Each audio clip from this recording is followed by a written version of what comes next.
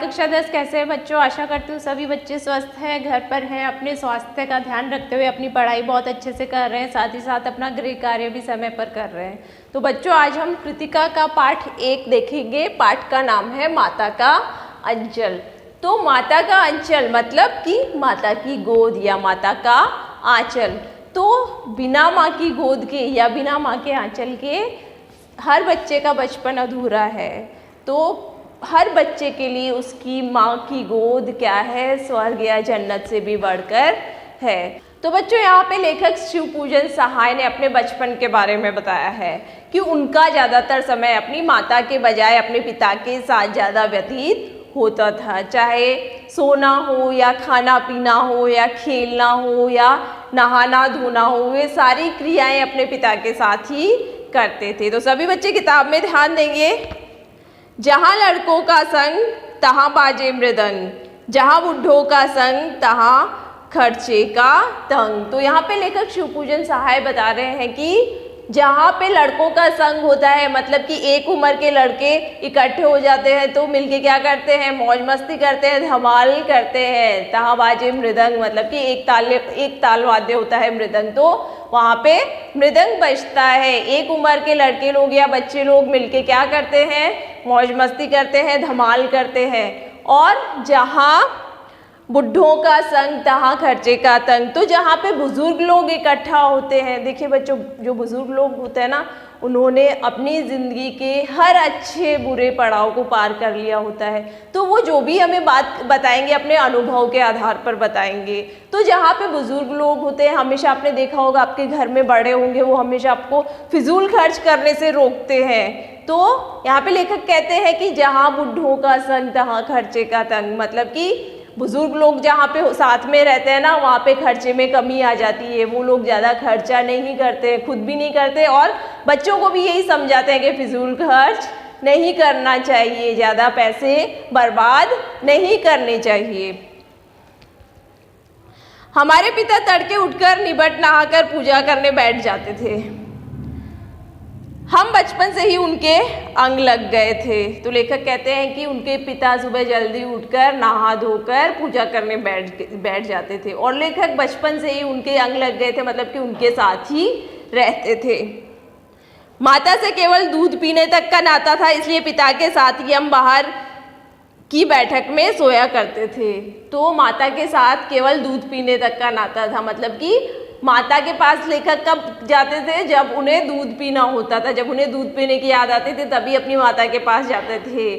बाकी का समय तो वो कहाँ रहते थे? अपने पिता के साथ ही व्यतीत करते थे। जब उनको सोना होता था तो बाहर की बैठक में जाकर अपने पिता के साथ ही सो जाया करते थे।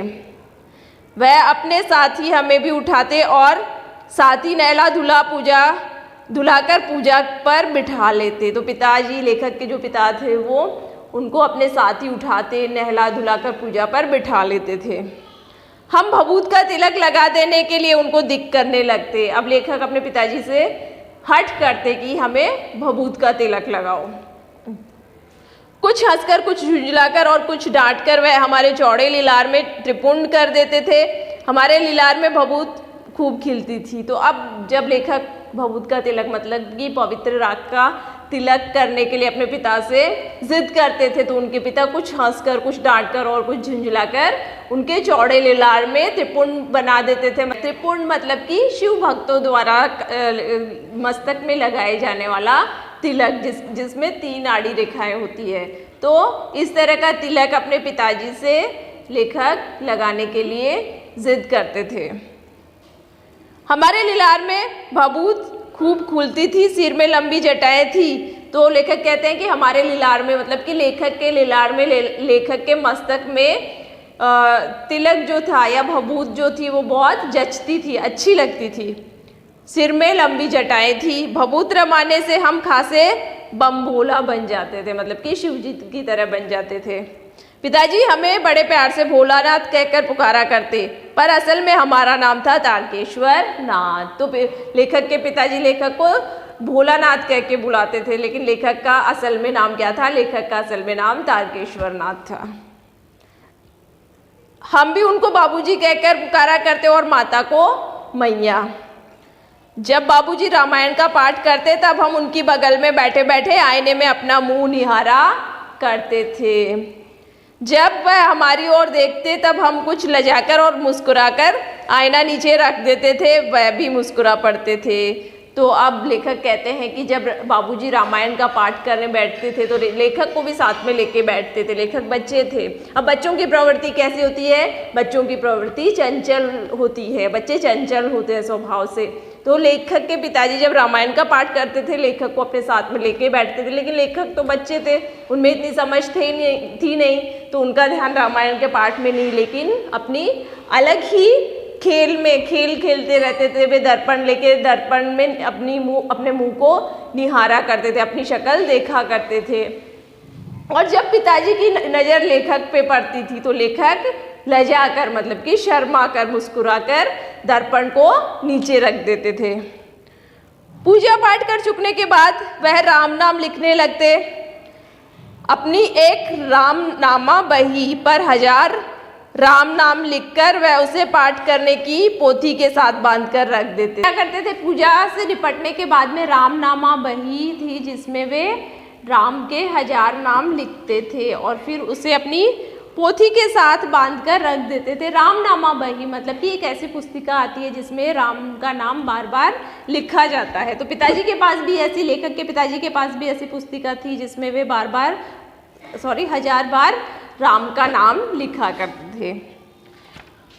फिर 500 बार कागज के छोटे छोटे टुकड़ों पर राम नाम लिखकर आटे की गोलियों में लपेटते और उन गोलियों को लेकर गंगा जी की ओर चल पड़ते थे।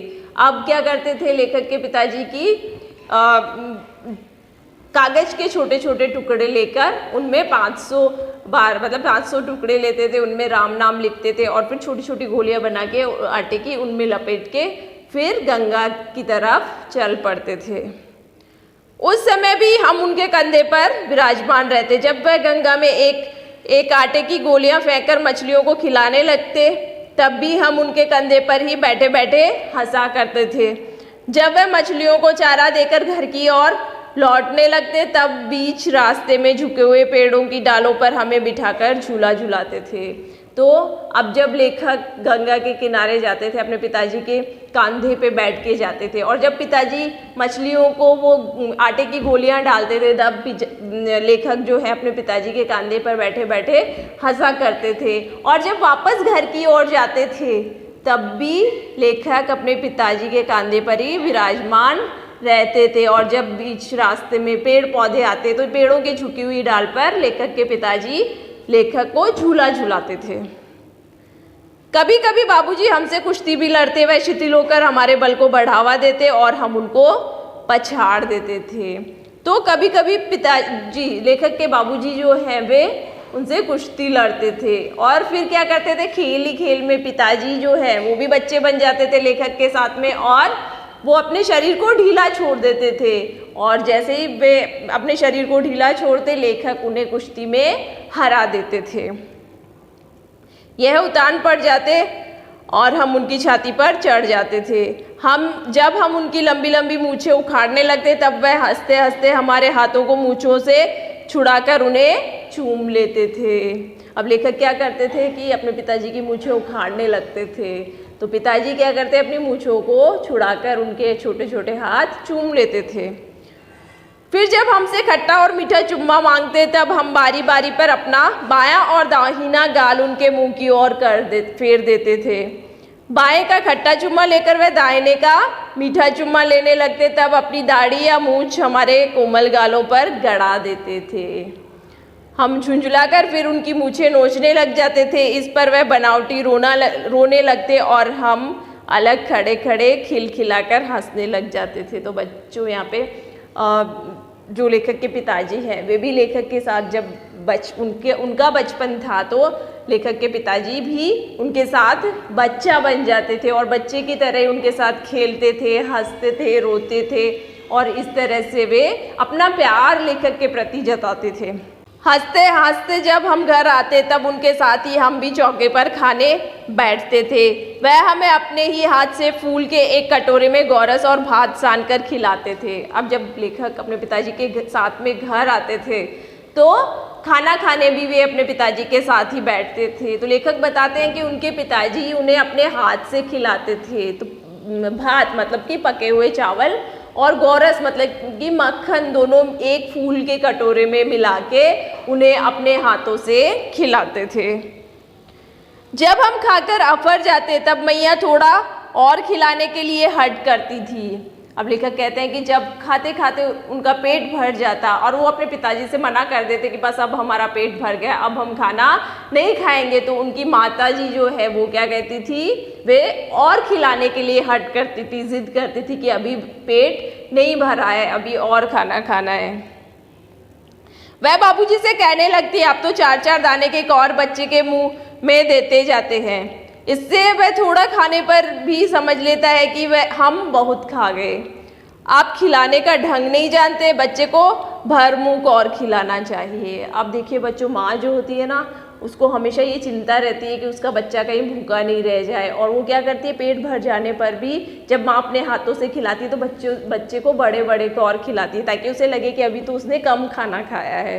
और बड़े बड़े कौर में ज़्यादा खाना पेट में जाएगा और बच्चे को ये लगेगा कि अभी तो ज़्यादा खाना नहीं खाया है। अब छोटे छोटे कौर खिलाने से क्या लगता है बच्चे को कि बहुत सारा खाना खा लिया, क्योंकि बहुत बार कौर मुंह में जाएंगे ना। बड़े कौर में तो कम कौर में ही जैसे मुंह भर जाता है, फटाफट खाना खत्म हो जाता है, लेकिन छोटे छोटे कौर में क्या बच्चे को ये लगता है कि बहुत सारा खाना खा लिया। तो ये चिंता हर माँ को रहती है अपने बच्चे के लिए कि मेरे बच्चे ने अभी ढंग से खाना नहीं खाया है, अभी उसका पेट नहीं भरा है और कहीं मेरा बच्चा भूखा ना रह जाए, इसलिए माँ उसे ज़बरदस्ती और खिलाती है। तो यहाँ पे लेखक की माताजी भी उनके पिताजी से कहते हैं कि आपको खिलाना नहीं आता, बच्चे को कैसे खाना खिलाया जाता है, आप तो छोटे छोटे कौर खिला रहे हो, 4 दाने के कौर छोटे छोटे खिलाते हो, और बड़े बड़े कौर खिलाने चाहिए ताकि बच्चे का पेट अच्छे से भर जाए। जब खाएगा बड़े बड़े कौर तब पाएगा दुनिया में ठौर। तो अब लेखक की माताजी कहते हैं कि जब खाएगा बड़े बड़े कौर मतलब कि बड़े बड़े कौर खाएगा तभी पाएगा दुनिया में ठौर। ठौर मतलब कि स्थान। ज़्यादा खाना खाने से क्या होगा, शरीर में ताकत आएगी, हिम्मत आएगी, और जब ताकत और हिम्मत होगी शरीर में तभी बच्चा आगे जाके कुछ काम कर पाएगा और अपना स्थान बना पाएगा, एक अपनी अलग जगह बना पाएगा। तो ये बात लेखक की माँ लेखक को समझाती है। देखिए मैं खिलाती हूँ मर्दुए, क्या जाने कि बच्चों को कैसे खिलाना चाहिए, और महतारी के हाथ से खाने पर बच्चों का पेट भी भरता है। अब लेखक की माताजी कहती है कि मर्दुए क्या जाने मतलब कि आदमी लोग क्या जाने कि बच्चे को कैसे खाना खिलाया जाता है, कब बच्चे का पेट भरता है, कितना बच्चा खाना खाएगा। बच्चे का पेट तभी भरता है जब वो अपनी माता के हाथों से खाना खाता है। देखिए मैं खिलाती हूँ मर्दुए, क्या जाने कि बच्चों को कैसे खिलाना चाहिए, और महतारी के हाथ से खाने पर बच्चों का पेट भी भरता है। यह कहे वह थाली में दही भात शांति और अलग अलग तोता, मैना, कबूतर, हंस, मोर आदि के बनावटी नाम से कौर बनाकर यह कहते हुए खिलाती जाती कि जल्दी खा लो नहीं तो उड़ जाएंगे, पर हम उन्हें इतनी जल्दी उड़ा जाते थे कि उड़ने का मौका ही नहीं मिलता था। तो अब लेखक की जो माँ है वो दही और भात शांति मतलब कि दही और भात को मिला के और उनके अलग अलग कौर जो बना के हर कौर को एक नाम दे देती, पक्षियों के नाम की, ये तोता है, ये मैना है, ये चिड़िया है, ये कौवा है, और फिर लेखक से कहती थी कि अब इनको जल्दी जल्दी खा लो नहीं तो ये पक्षी क्या करेंगे, उड़ जाएंगे, और लेखक उन्हें उड़ने का मौका नहीं देते थे, मतलब कि फटाफट से खाना खा जाते थे। जब हम सब बनावटी चिड़ियों को चट कर जाते थे तब बाबूजी कहने लगते, अच्छा अब तुम राजा हो जाओ, खेलो। तो जब बनावटी चिड़िया, तोता, मैना, कबूतर सबको चट कर जाते लेखक, मतलब कि सारा खाना खा लेते, तब उनके पिताजी क्या कहते कि अब तुम राजा हो, राजा हो मतलब कि अब तुम्हारा पेट भरा है, अब तुम आराम से खेलते रहोगे, बीच में भूख नहीं लगेगी, क्योंकि बच्चा जब खेलने जाता है और उसका पेट भरा नहीं होता तो बच्चा ढंग से खेल नहीं पाता है, वो भूखा रहता है, उसका ध्यान तो भूख की तरफ, खाने की तरफ जाएगा ना। तो इसलिए लेखक के पिताजी क्या कहते हैं कि अब तुम राजा हो, मतलब कि अब तुम्हारा पेट भर गया, अब तुम आराम से खेल सकते हो।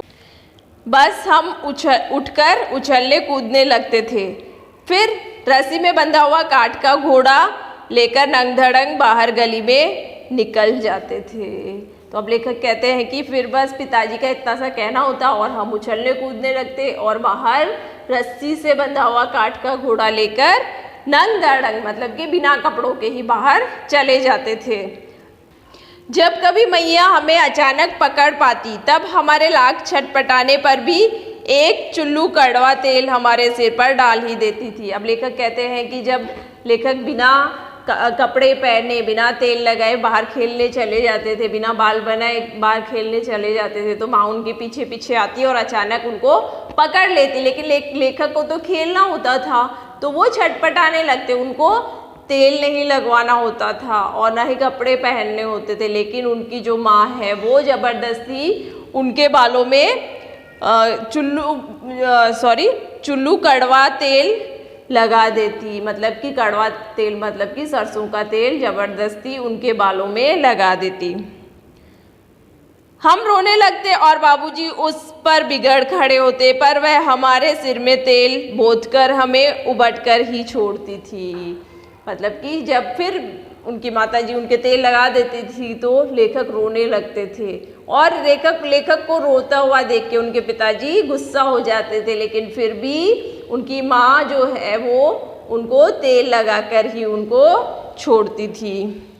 फिर हमारी नाभि और लिलार में काजल की बिंदी लगाकर चोटी गूंथती और उसमें फूलदार लट्टू बांधकर रंगीन कुर्ता टोपी पहना देती थी। हम खासे कन्हैया बनकर बाबूजी की गोद में सिसकते बाहर आते थे।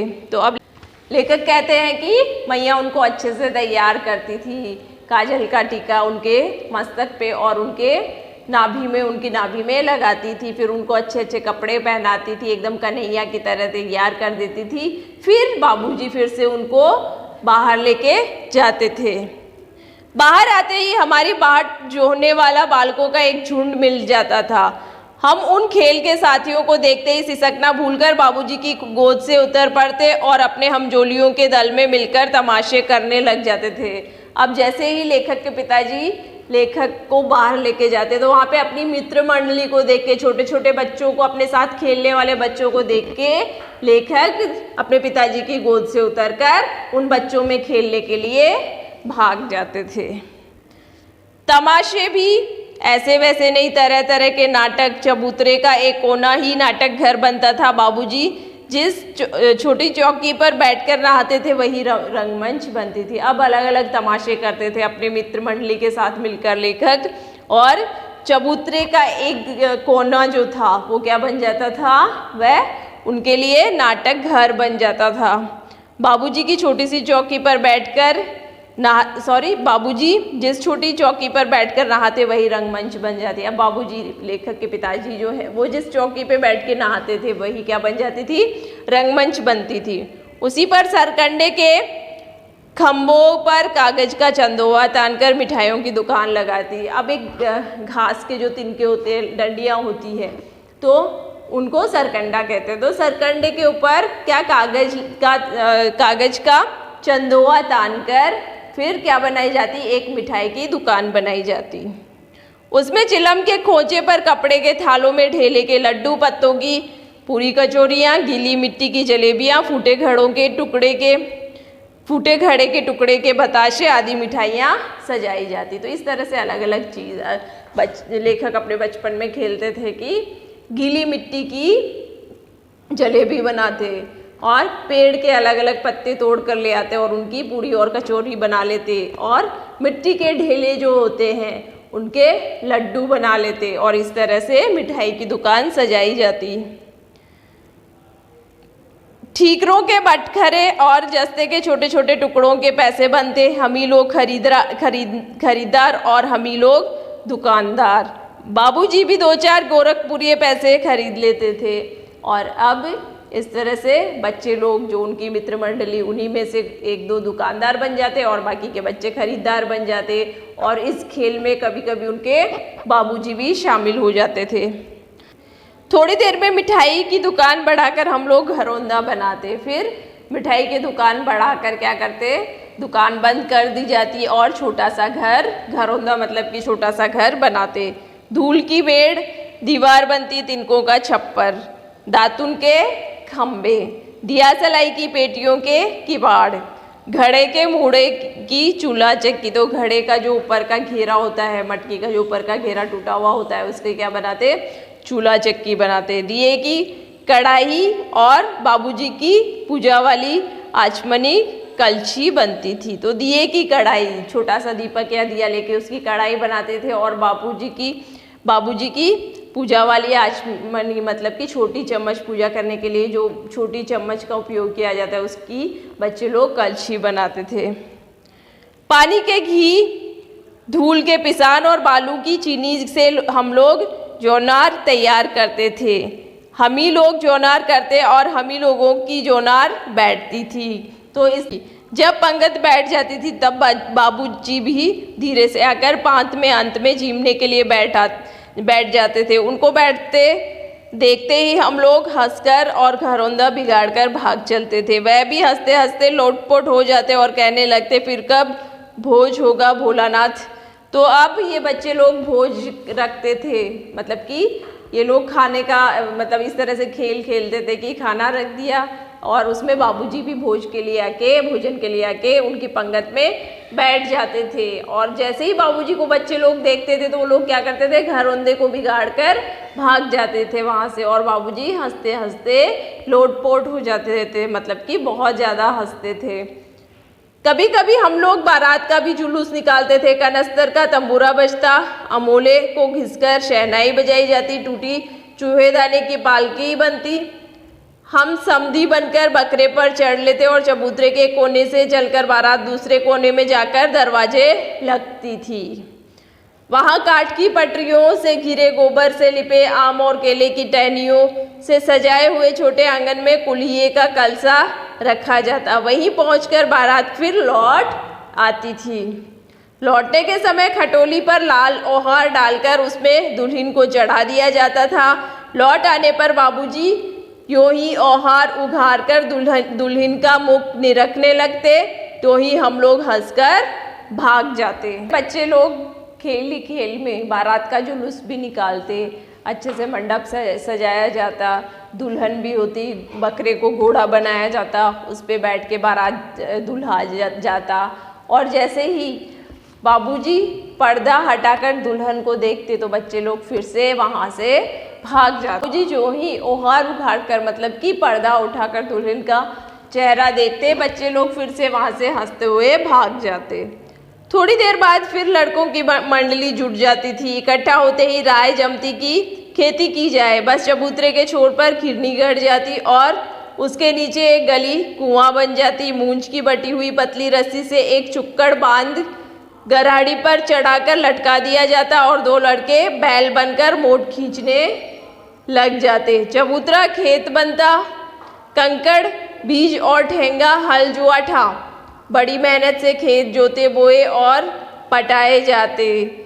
फसल तैयार होते देर न लगती और हाथों हाथ फसल काट लेते थे। काटते समय गाते थे। तो इस तरह से अब पहले बच्चों ने क्या किया, मिठाई की दुकान लगाई, फिर भोज मतलब कि भोजन किया, अलग अलग तरह की मिठाइयाँ बनी उसमें भी, और फिर बाद में क्या किया है बच्चों ने, बारात निकाली, शादी रचाई। और अब क्या कर रहे थे बच्चे लोग, खेल में फसल जो मतलब कि खेती करने लग गए थे, और फिर जल्दी से फसल तैयार भी होती और उस फसल को काट भी लेते।